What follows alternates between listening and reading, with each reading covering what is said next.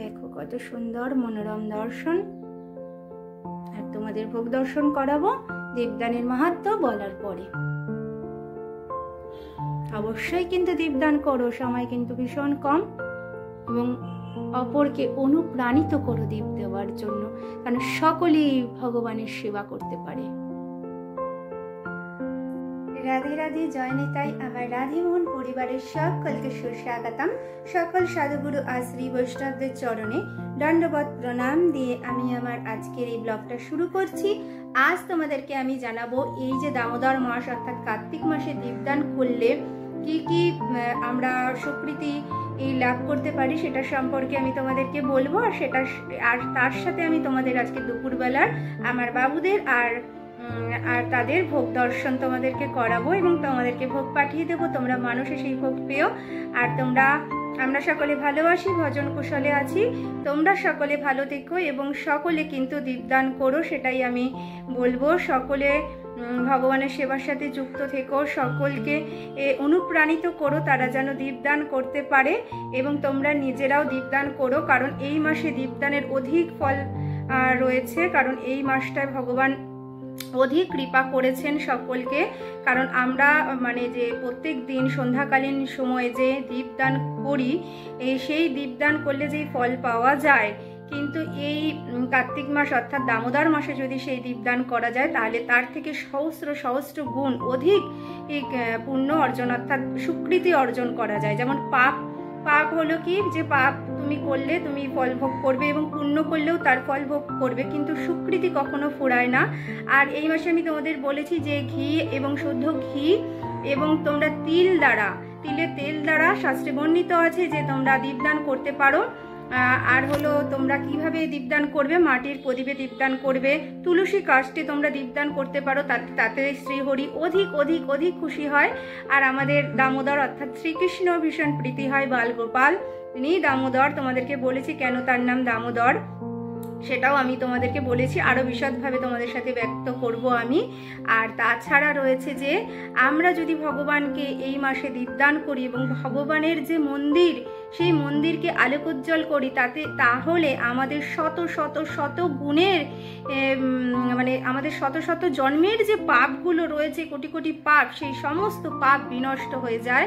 এবং আমরা ভগবানকে কিভাবে দীপ দেব, ভগবানকে দীপ দেব হলো যে মাটির প্রদীপটা অর্থাৎ তোমার ঘি সহযোগে কর্পূর সহযোগে সলতে দিয়ে যে দীপটা দেব, তাতে হলো ভগবানের চরণে আমরা 4 বার, ভগবানের নাভি দেশে 2 বার, ভগবানের মুখমণ্ডলে 3 বার, আর টোটাল সর্ব অঙ্গে আমরা 7 বার দীপটা ঘোরাবো। কেমন ভাবে ঘোরাবো, বাঁ দিক থেকে ডান দিকে আমরা ঘোরাবো, যেমন ঘড়ির কাঁটা যেইভাবে ঘুরছে সেইভাবে আমরা দীপটা ঘোরাবো।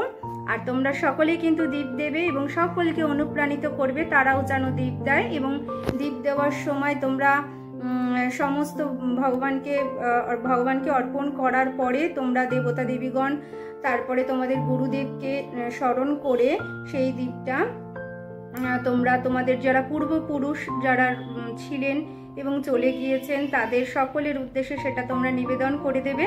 তাহলে তারাও যেখানে রয়েছে সেখানে তারা পরম সুখে থাকতে পারবে এবং তাদের জীবনটাও খুব ভালো হবে, এবং তাদের আশীর্বাদও আমাদের প্রয়োজন আছে। তারা যদি ভালো থাকে তাহলে আমরাও ভালো থাকতে পারবো এবং ভজন করতে পারবো।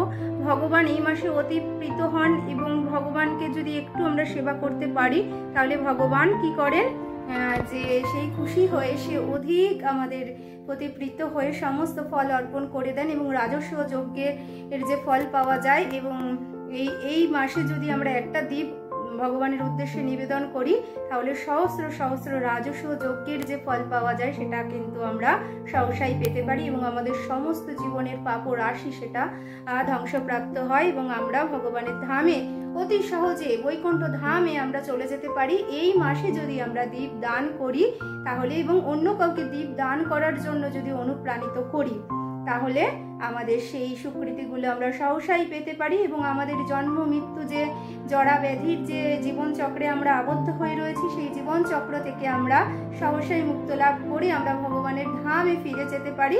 আমরা এই মাসে আমরা বৃন্দে রানীর সেবা করব এবং বৃন্দে রানীকে দীপদান করব এবং আকাশ দীপদানেরও বিশেষ মাহাত্ম্য রয়েছে।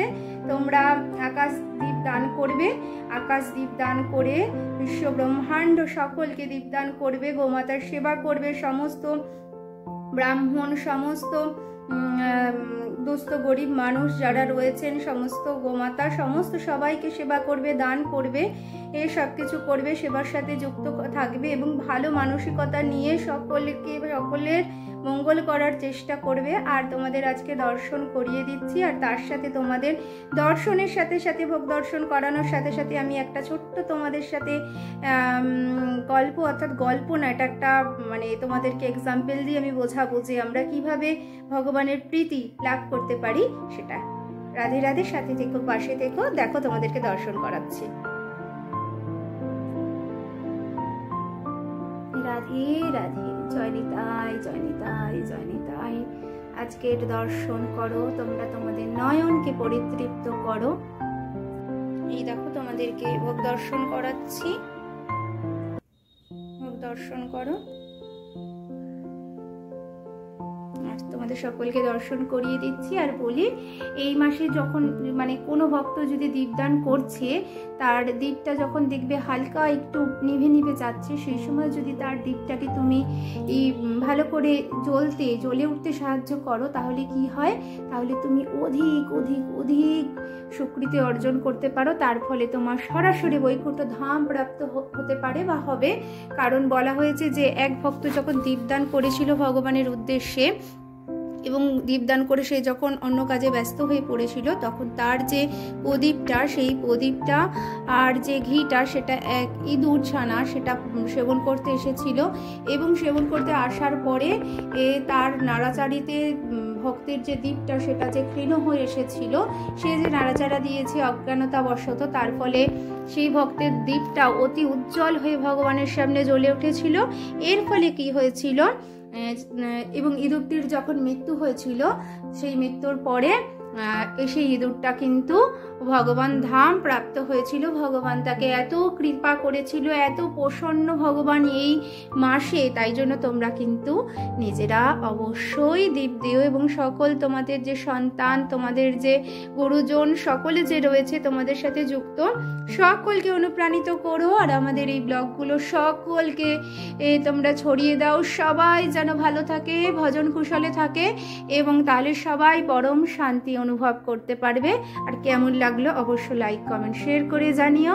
জয় রাধে, জয় জয় রাধে শ্যাম, বলো শ্রী বৃন্দাবন ধাম। মহাপ্রসাদ কি জয়, মহাভোগ কি জয়, জয় জয় রাধে শ্যাম, বলো শ্রী বৃন্দাবন ধাম।